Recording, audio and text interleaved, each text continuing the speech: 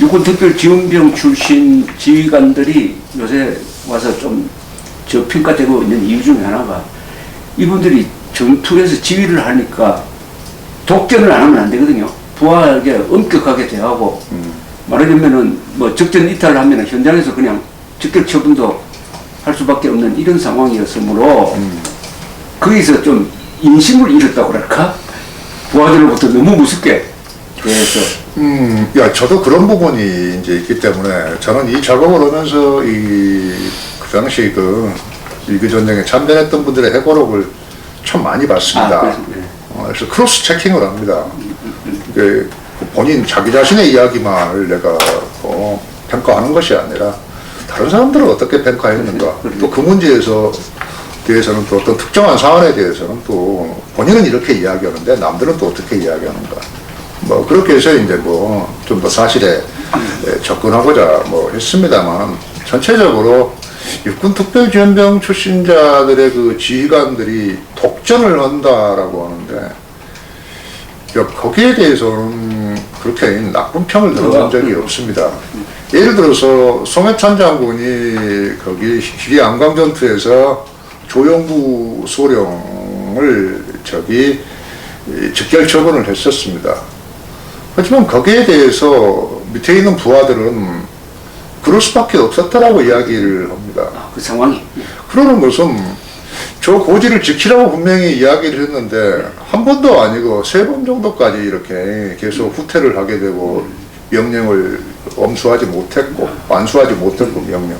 그러므로 인해서 부하들의 사기들이 떨어지고 많은 사상자가 발생했다. 그런 경우라고 한다면 역시 본보기를 보여줄 필요가 있었던 것이죠. 그렇게 되니까 거기 그 조영구 소령을 그 즉결 처분을 하게 되니까 다른 이제 밑에 부하들은 이제 깜짝 놀라는 거죠. 그러면서 막 6탄 별사대를 편성을 해서 고지를 공략하는 막 그런 이제 사실들이 있습니다. 하지만 그보다 훨씬 더 안 좋은 평을 받은 사람들이 있죠. 여기서 제가 말씀드리기는 그렇습니다만 그 사람의 인격과 관련되기 때문에 그렇습니다만, 저는 결코 육군 특별지원병 출신의 그 고급 지휘관들이 뭐 터무니없이 그런 과관행위를 했던 겁니다. 그런 건 아니라는 것입니다. 그러니까 지금 즉결 처분 이야기가 나오면은 우리 대한민국을 어떻게 지켰다는 게 아마 실감이 날 것 같은데, 즉결 처분은 지휘관이 아마 제 기억으로는 대대장이나 이런 사람들한테도 즉결 처분권이 있었을 겁니다. 분대장까지 있었습니다. 분대장까지. 그러니까 이게 세계 전사에서 매우 드문 일인데, 그렇습니다. 그렇게 안 하면은 대한민국을 지킬 수가 없으니까. 그러니까 즉결 처분한 송효찬 씨나 거기 총 맞아 돌아가신 분이나 이 다 나라를 지키려고 하다가 그렇습니다. 이래 된 겁니다. 그러나 이건 뭐냐면은 국가가 존망의 위기에 처할 때는 비상한 방법을 동원하지 않을 수 없다는 거죠. 그러니까 그걸 뭐 인도주의나 이런 쪽으로 볼 게 아니고, 얼마나 우리 이 대한민국이 6.25 때 그 목숨이 경각에 처있는 날을 잘 보여주는 거죠. 즉결 처분 이야기는 그렇습니다. 근데 조금 이야기를 조금 관점을 돌려서 말이죠. 예. 이 식민지 국가에서 말하자면 큰 전쟁이 일어나면은 군대로 동원한 예가 과거에 많았잖아요, 그죠? 그렇습니다. 1차 세계대전 때도 영국이 식민지에서 군대 만들었고, 뭐 2차 세계대전도 그랬는데, 우리 이 한국에 있는 이런 특별지원병 제도 말고 다른 나라에도 그런 예가 있었습니까? 예, 뭐 당연히 거기 있었습니다. 예를 들어서 뭐 같은 일본의 식민지였던 타이완 같은 경우, 대만도 있었고요. 예, 있었고요. 그다음에 뭐 인도의 영국의 식민지였던 인도도 있었고, 그렇기 때문에 이 식민지 군사동원이라고 하는 것이 무슨 뭐 한국만 조선에서만 있었던 게 아니고, 이게 어떻게 보면은 이 19, 20세기에 걸쳐서 이 제국주의 시스템이 작동하는 근대 세계 체제에서는 되게 이 식민지 군사동원이라는 것이 하나의 글로벌한 관행이었습니다. 그러니까 우리가 뭐 이제이란 말이 있지 않습니까? 우리 옛말처럼. 결과적으로 뭐 식민지 현주민을 동원해서 저기 제국주의 열강들이 자신들의 어떤 그러니 제국 팽창과 권익보호를 하는데 그들을 앞장 세웠던 것이죠. 그런 이야기는 단지 근대만이 아닌 전근대에도 많이 있었으니까요. 되게 일반적인 그런 현상이었지 특별하게 무슨 일본만 새로운 건 아니에요. 예, 뭐 한국인들만 동원했다는 것은 아니었다. 뭐 그 점은 제일 그런 걸 잘하는 군대가 몽골 군대죠. 몽골 군대는 침략을 하면은 점령을 하면은 그 군대를 다 흡수를 하잖아요. 네. 흡수를 하고 그래서 나중에 이 유럽으로 쳐들어갔을 때 몽골 군대의 구성을 보면은 몽골 장교가 전체 병력의 10%밖에 안 됐대요. 나머지는 전부 다 말하자면 식민지 군대죠. 식민지 군대로 해가지고 자국지 군을 만들어가지고 공격을 했는데. 그런데 인도도 깐디가 인도의 그 지원병 제도에 반대를 안 했죠. 할 이유가 없었죠. 이제 그게 우선 타이완부터 선생님 이야기를 좀 해보고 싶어요. 앞서 우리가 처음 이야기할 때 이 조선인들, 한국인들 육군 특별지원병은 한 46대 1 정도라고 그렇게 이제 했는데 타이완 같은 경우는 42년부터 실시됐어요. 좀 늦게 했네. 그렇죠. 우리보다. 우리는 38년부터 했는데 4년 정도 늦게 됐고 이제 그 이유가 있고요. 또 그러는데 여기는 이제 그 지원자 경쟁률이 제가 추계를 해보니까 한 354대 1. 와, 또 대단하네요. 야, 그런 이제 저도 깜짝 놀랐습니다. 어떻게 이런 현상이 발생하나. 그러니까 타이완 같은 경우는 42년부터 44년까지에 걸쳐서 했고, 그다음에 타이완은 조선 같은 경우는 44년부터 징병제를 실시했는데, 그러니까 이제 육군 특별지원병제가 없어졌는데, 타이완은 45년부터 징병제를 실시했어요. 그러니까 44년까지 이 제도를 시행했는데, 그걸 이제 이렇게 조사해서 추계를 내보니까 354대 1의 그런 치열한 경쟁률을 보였습니다. 대만은 우선 반일 감정이 강하지 않았죠. 그렇습니다. 타이완은 이제 여러 가지 요인이 있는데, 뭐, 타이완 사람들은 그렇게 한국인들처럼 그렇게 일본을 그렇게 증오하거나, 네? 미워하거나, 뭐, 그러지 않습니다. 뭐, 그러는 이면에는 역시 여러 가지 이제 요인들이 있는 것 같습니다. 뭐라고 딱 지적하기가 그렇지만, 우선 일본이 타이완을 지배하다가 본토에서 이제 장개석 군대가 넘어와서 지배를 했어요. 그러면서 그들도 마찬가지 이 타이완 원주민들, 현주민들을 상당히 탄압을 했었죠.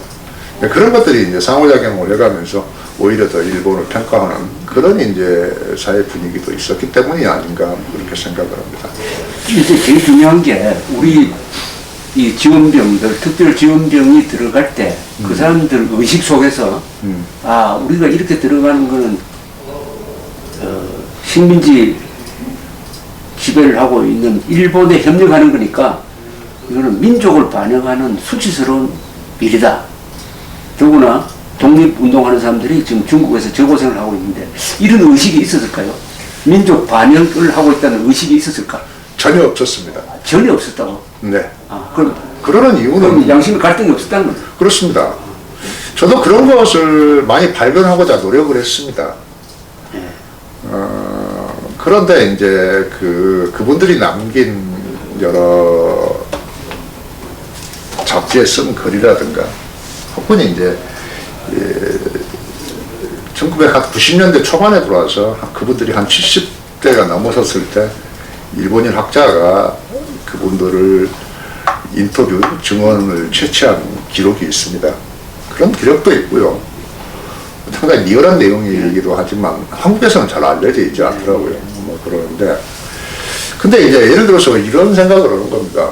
이분들은 1920년을 전으로 태어났습니다. 대충 뭐 1917년부터서 한 23년까지가 나이대가 돼 있고 그래서 19년, 20년, 21년 정도가 가장 많습니다. 그렇기 때문에 이분들은 태어날 때부터 이미 일본 국민, 식민으로 태어났습니다. 그렇죠. 국민학교를 다니면서 지금과는 전혀 다른 차원의 그런 강력한 국민화 교육을 받았습니다. 그렇게 하고 또 마찬가지 그걸 나와서도 또 마찬가지 여러 많은 그런 이제 그 황민화 교육에 노출되었던 사람이고 그렇기 때문에 그들의 입장에서 보게 되면은 그 인터뷰한 내용들을 증언록을 보게 되면은 야 뭐 내가 조선인인 것은 알았지만 그런다고 해서 내가 거기 뭐 일본인과 뭐 차별화된다라든가 그런 건 별로 느끼지 못했다.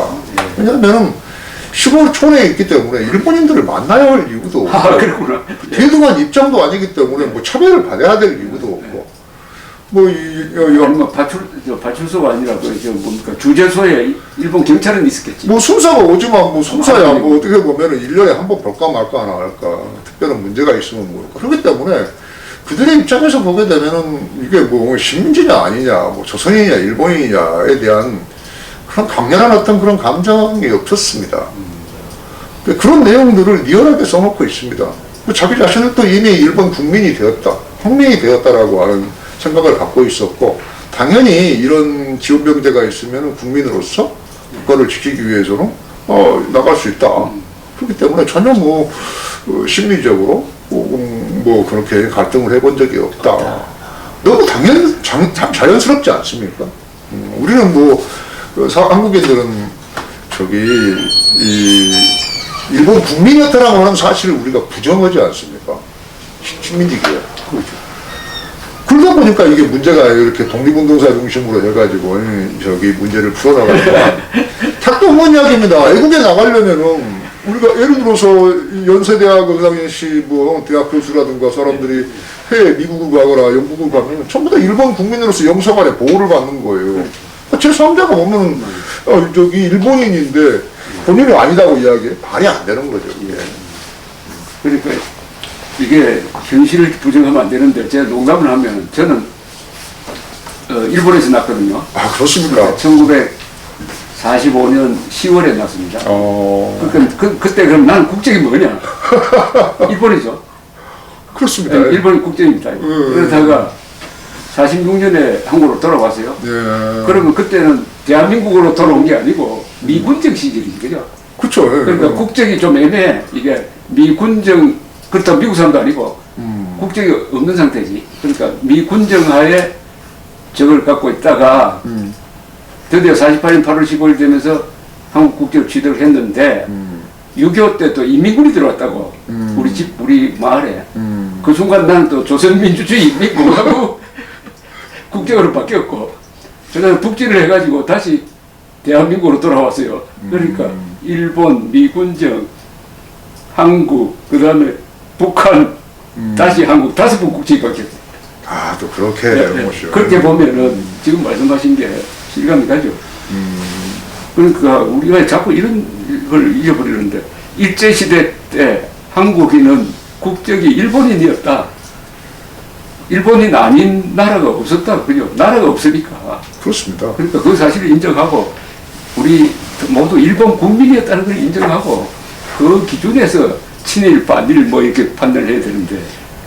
그 사실 자체를 인정해야만이 식민지기가 사실대로 보이게 됩니다. 그걸 부정하게 되니까 계속 이야기가 꼬이고 터무니없는 그런 논의들이 행행하면서 이러니 한국 사회를 되게 그 갈등의 사회로 만드는 게 아닌가. 그 살아본 사람들은 느끼는 거하고 뒤에 책을 통해서 관념으로 느끼는 사람들과의 차이가 너무나 큰 거죠. 그러니까 책도 똑바로 써주면 좋겠는데 그렇지 않다 보니까 또 여러 가지 그런 반일 종족주의가 행행해서 한국 사회를 이렇게 크게 피폐시키지 않나 그렇게 생각합니다. 지금 확인할 수 있는 거는 이 지원병 출신들이 일본 군복을 입는다고 해가지고 내가 뭐 반영한다든지 하는 그런 의식은 없었다. 그렇습니다. 또 그때의 일본 사정을 보면은 일본이 사실은 승승장구하고 있었다. 그죠? 그렇습니다. 중국이 반을 먹었고 만주는 이미 괴뢰 국가를 만들었고 그 다음에 41년부터는 뭡니까? 태평양 전쟁 전에 지금 인도 차이나 반도로 진출을 했고 그리고 미국과 맞짱들 수 있는 국력을 가졌고 그렇습니다. 또 일본 편에 있었던 독일이 또 유럽에서 전쟁을 일으켜가지고 그냥 막 모스크바까지 하고 할 때니까 누가 봐도 아 일본이 이기겠다 그렇게 볼 때죠. 야, 정보가 그런 정보밖에 없기 그런 때문에. 정보밖에 없지. 그렇기 때문에 당연히 그 당시에 그 조선에 한국에 살고 있는 사람들은 당연히 일본 제국이 크게 발전하고 번성하게 되게 되면 자기 자신에게도 여러 많은 기회가 올 것이다. 뭐 그렇게 생각을 하고 있었고 실제로 윤치호 같은 분도 그런 이야기를 공경연하게 하고 있습니다. 그러니까 조선인들이 지금 현재 취직이 안 된다, 뭐 실업률이 높다. 야, 이런 문제를 어떻게 해결할 것인가? 대륙을 팽창시키는데 거기에 우리도 편승해서 보자. 자연스럽게 나올 수 있는 그런 이야기였습니다.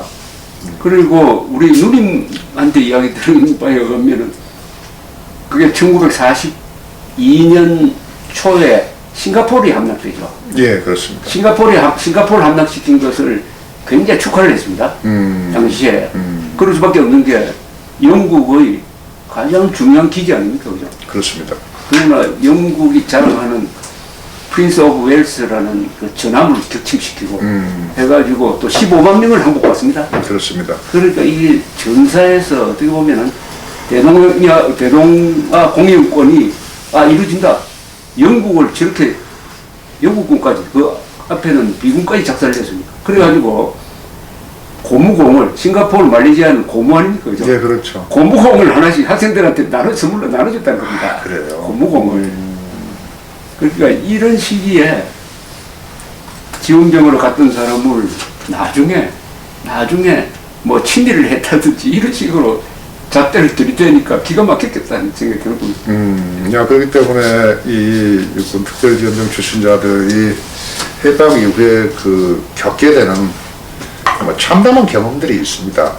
예를 들어서 제 고향 분이 계세요. 그래서 육군 특별지원병 일기생이었습니다. 저희 고향이 전남 영광인데 그 영광군에 백순면이라는 데가 있어요. 그러니까 제 고향과 가까운 면과 가까운 바로 인접면인데 그 면에서 거기 사시는 분이었는데 상당히 그 부유하게 살았던가 봐요.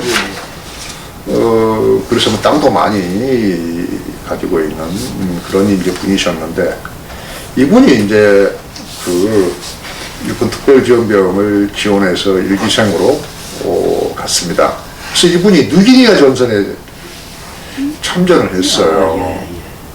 그래서 이제 부사일생으로 이제 46년에 이제 돌아오셨는데 이미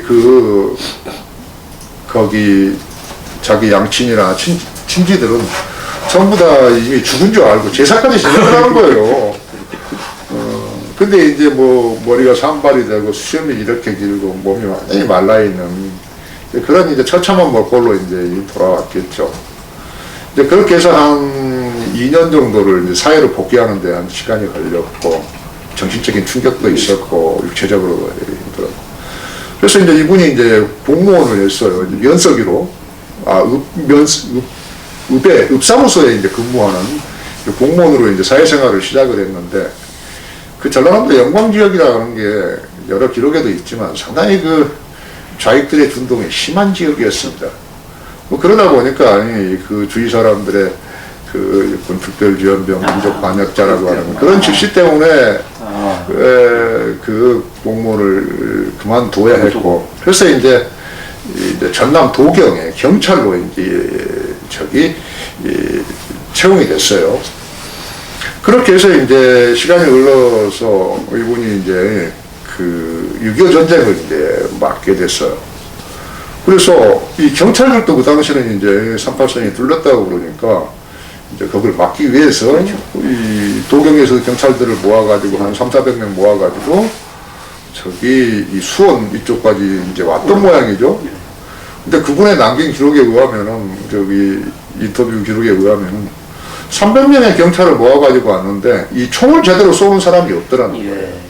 그 사람이 대장이 돼서 이제 지휘를 하는데 북한군하고 만나니까 다 도망가 버리더라고요.